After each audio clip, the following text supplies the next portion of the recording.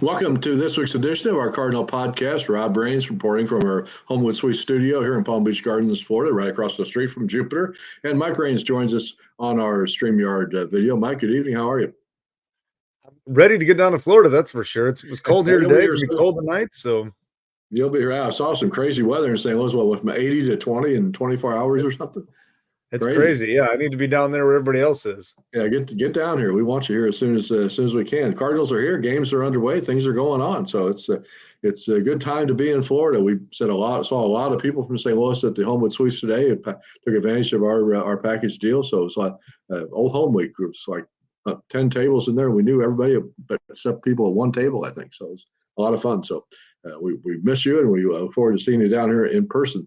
The Cardinals got a new face this week that we're leading off our podcast, of course, brought to you by our friends at Drury Hotels, the Homewood Suites, AAA Travel of Missouri, Archwell Health, all of our main sponsors. We appreciate all of their support for bringing all the free content to you, our coverage of spring training, including this podcast. And of course, the biggest news of the week, Mike, was the Cardinals' addition of Brandon Crawford.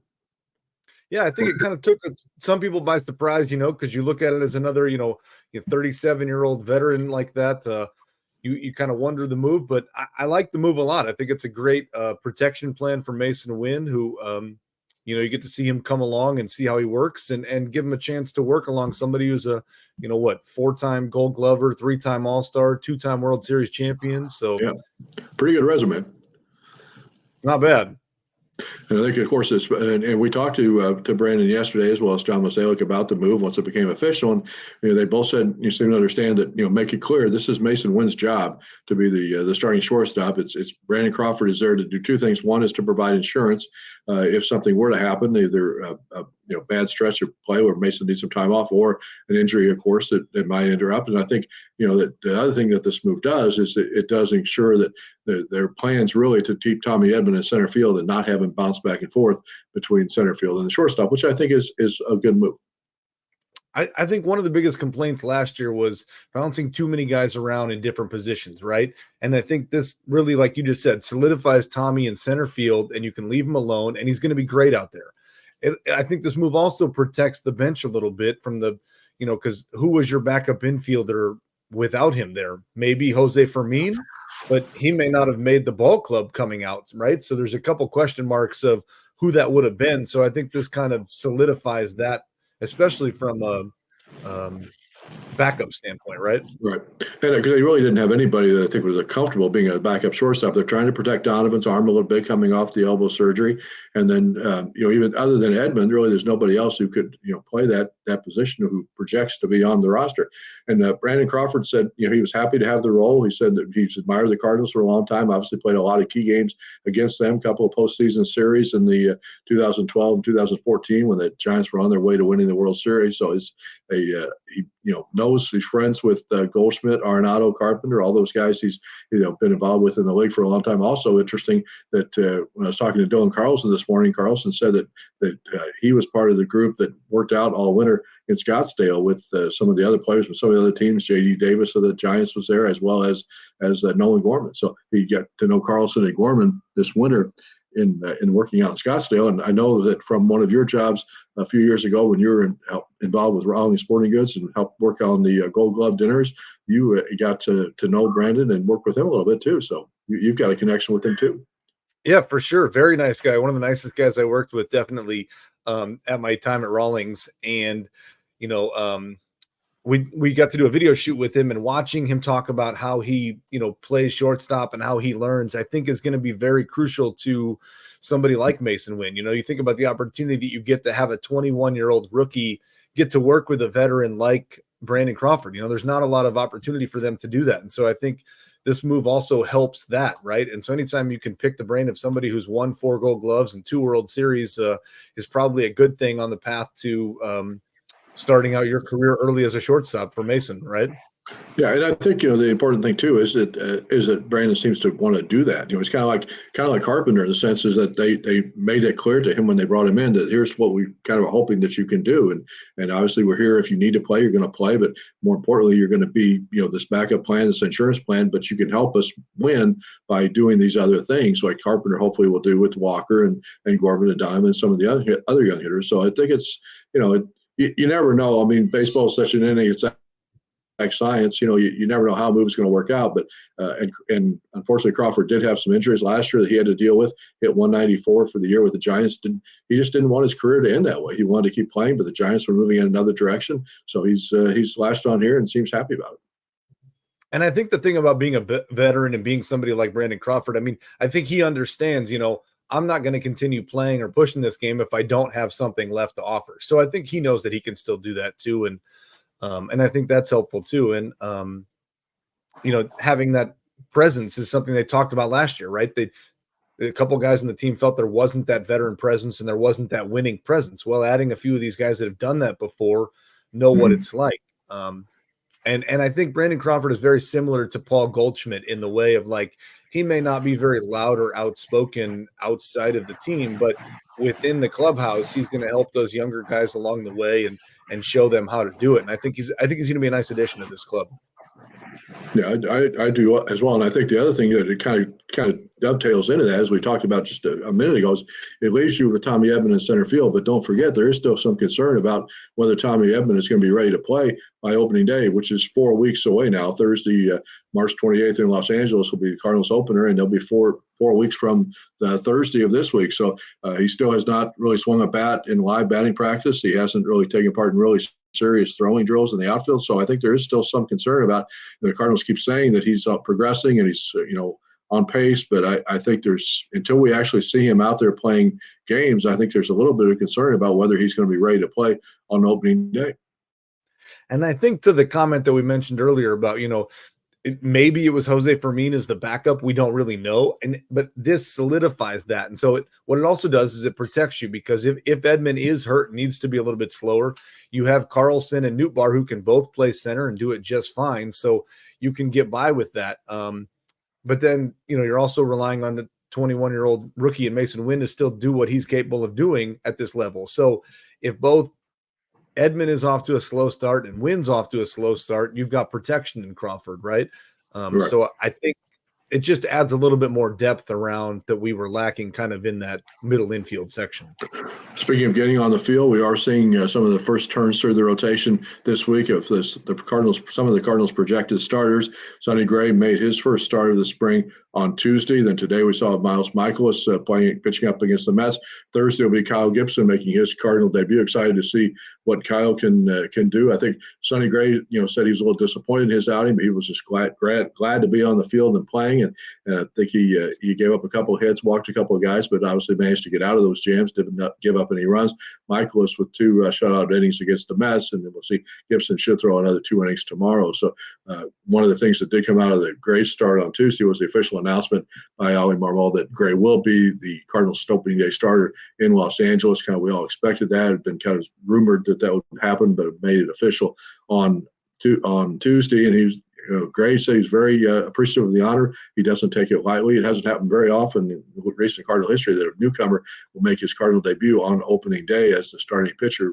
Happened a few times in the past. This will be, I think, the 4th time that Gray has started on opening day. So he says he has knows what that honor is like for some of the other teams earlier in his career. So he's the guy the Cardinals are counting on. There's no question about it. They spent the most money of all the free agents they signed this winter on him to be the leader of the staff. They claim to be very pleased with what he's done, how he's worked with the younger pitchers. And nice to see him get a few more turns in the rotation this spring to have him ready for opening day. What we're also seeing out of Gray in watching some of his spring training and watching some of the first bullpens that he was doing is how he really commands those sessions, right? He's in control, he's in charge, and he knows what he wants to throw and what he wants to work on, right? And I think that's important for a new guy coming in, especially working with a new catcher and trying to control that and see what's happening. But it's also important for these young pitchers to see how someone who is supposed to be the ace of the staff and supposed to be your number one is controlling the message and controlling what it should be. So excited for him that he got the opening day start and excited to see what he can do the rest of this spring and the rest of the year. Yeah, I am too. I think he's going to do a fine job. The other 2 Cardinal projected starters, Steven Matz and Lance Lynn, seem to be on a little bit slower trajectory to get into games. But I think part of that is by design. Marmol has told the media that they kind of want to do that. Number one, with Matz, they want to kind of try to keep him healthy for the whole season. as opposed to trying to do too much too early in the year when he does have, of course, a history of injury problems. That prefers to get some of his work in on the back fields, and Lynn the same way. Lynn has still, I think, one more bullpen to throw before he's going to get in the games. But it wouldn't surprise me if a couple of the games that both of those guys pitch, their first kind of time too to face hitters in a game situation might be on some of the backfield. So they'll get enough work in the coming weeks during spring training to be ready for the regular season. But don't expect to see them out there quite as much on the main field as you see some of the other guys. The tricky part about spring training is, as fans, we want to get excited and jump right into everything that they do, but we have to be careful not to jump to conclusions or jump too quickly, right? Because every start is something different for every pitcher. And let's be honest, spring training, the pitchers need a lot more time than the hitters do, right? And so this is mostly for the pitchers. And in this particular start, maybe Kyle Gibson wants to work on his fastball, or he wants to work on his off-speed stuff. So every game plan is completely different. And so he may be focusing on just one pitch that start. So it may not have produced the results they wanted for that game, but it produced the results of the pitch he's trying to throw, or vice versa. So I think we have to remember that everything along the way is a learning step and a different checkbox to make sure they're ready for the season. So not to get too bogged down in the details that are specifically happening in, hey, he gave up this many runs, or hey, he did this, they're looking more for the mechanics and the control aspect as they work through. Especially with guys who know they're going to be on the big league club. I think it might be a little bit different if somebody's trying to win a spot. We're going to see that with some of the bullpen guys that are competing for spots here, that results are important to them. I mean, they need to show swing and miss stuff. They need to get outs. They need to not get hit around if they're going to try to win a job, because it's a pretty serious competition out there. But other guys, like you mentioned, and it applies to not just the pitchers, it applies to the hitters too. And that's one thing about jumping to conclusions too that we should say is that we're not by any means saying that Tommy Edman is not going to be ready for opening day. I think it's way too early to make that projection. If he gets in games by the middle of March and has a couple of weeks of games, I think he should be fine and ready to go. So we have a couple of weeks left to see kind of where he is at that point. If we get past, say, March 13th or 14th, and he's still not playing any games, and there's not any projection of when he's going to start playing games, then I think we have a little concern, time to kind of get concerned about that. I really think it's that last week and a half of spring training that you can start to pay attention to and focus to of what these guys are doing, right? The second and the final time they go through the rotation and kind of work those final kinks out of where they are, and hopefully be ready to go. And obviously even in April, they're still going to be building their arms up. And the Cardinals have a really tough schedule to start this season, right? So I think that's what's going to be challenging for them too, is they have to be ready to go, and these starters have to be ready to go, because they open the gate pretty tough against the Dodgers and Padres to start right away. Yeah, exactly. And one example of that about, as we talk here on our weekly Cardinal podcast, Mike Raines and Rob Raines, as we talk about the not getting overexcited by some of the results of what you've seen on the field. Cardinals have played 6 exhibition games as we talk here on this program. They have yet to hit a home run. Now, they're the only major league team that has not hit a home run this spring, but I really don't think that's one thing we have any doubts or any worry about, is how the Cardinals are going to respond with the power game and home runs once the regular season begins. Hey, we're breaking car windows on the backfields. Why aren't we doing them on the big field yet? What's happening there? I think there might have been a coach pitching in that game and not another pitcher for another club. So also had a foul ball break a car window the other day on one of those fields. So you kind of park at your own risk out there on those stadiums. As we mentioned, 6 games in, I think there's a few other observations that you can make, as well as obviously the work that these guys are putting in the couple of weeks leading up to actually starting playing games. Victor Scott II has made a very strong impression, I think, on camp so far. He played very well. Obviously, his speed is well known with the 94 stolen bases. I still think he faces kind of an uphill battle to be on the opening day roster, unless there is something going on with Tommy Edman and they decided he's going to be out for a while, and then you can start the season with Victor Scott in center field. But the way he's played to this point, he certainly put himself on the radar for later on the season. I think you could say the same thing about Thomas Ajisi, the other young infield prospect that the Cardinals got from Texas in the trade last week. Tekoa Roby, the guy who came with him in that trade, the pitcher was supposed to start on Monday. Everybody excited to see that. He was pushed back a little bit because of back tightness, but he has resumed playing long toss, and I think there was only going to be a temporary shutdown. So I think you're going to see him in the game situation probably here in another week or so. As far as the bullpen competition goes, the one guy who I think has caught everybody's eye early on is Riley O'Brien. We featured him in a story on STL Sports page not too long ago before camp opened, and he came over in a deal from Seattle at the end of last season, and obviously he's got good velocity on his fastball. They lighten up the radar gun. He's had two very impressive performances so far. So if you're kind of making a leaderboard about who's going to win, I think those three open spots in the bullpen, I think you could pencil in Riley O'Brien right now as the leader in the clubhouse. And I would tend to think that the other two are probably Andrew Kitteridge and Kenyon Middleton right now. I think they're going to be there, yep. Probably hard to, fill all those specifically. And then obviously, like we talked about before, one of the lefty spots either goes to Zach Thompson or Matthew Libator, probably in the other spot. So there are a lot of new guys in the bullpen. And I think that's going to be one of the interesting things to watch. And Riley O'Brien has certainly caught a lot of people's attention too. But I think Kenyon Middleton is the guy that they're counting on to be one of those big, solid late inning guys too. So it'll be interesting to see definitely how they finish out as well. Yeah, there'll be a lot of those guys who get a lot of opportunities as we get closer to the middle of spring and then to the end of spring training as they try to whittle those spots down. I think the other, Thompson and Libator are both in the rotation. They're both going to start again this week here in games in Jupiter, and I think that they're trying to decide if they want to have a sixth starter to open that season, like we've talked about before, and if they are, who's that going to be, and what's that mean for both of that as well as the other candidate. I really don't see a scenario right now, the way this bullpen is shaping up, that you would have both Thompson and Libator on this ball club to start the season. I would think one of them at least is going to be in Memphis, but we'll see. That's why they play the games, as they say, and why they have the competition that they have out there. So, and the other question that they have to figure out is, obviously, if they start with a 6-man rotation, then certainly one of them can fit in.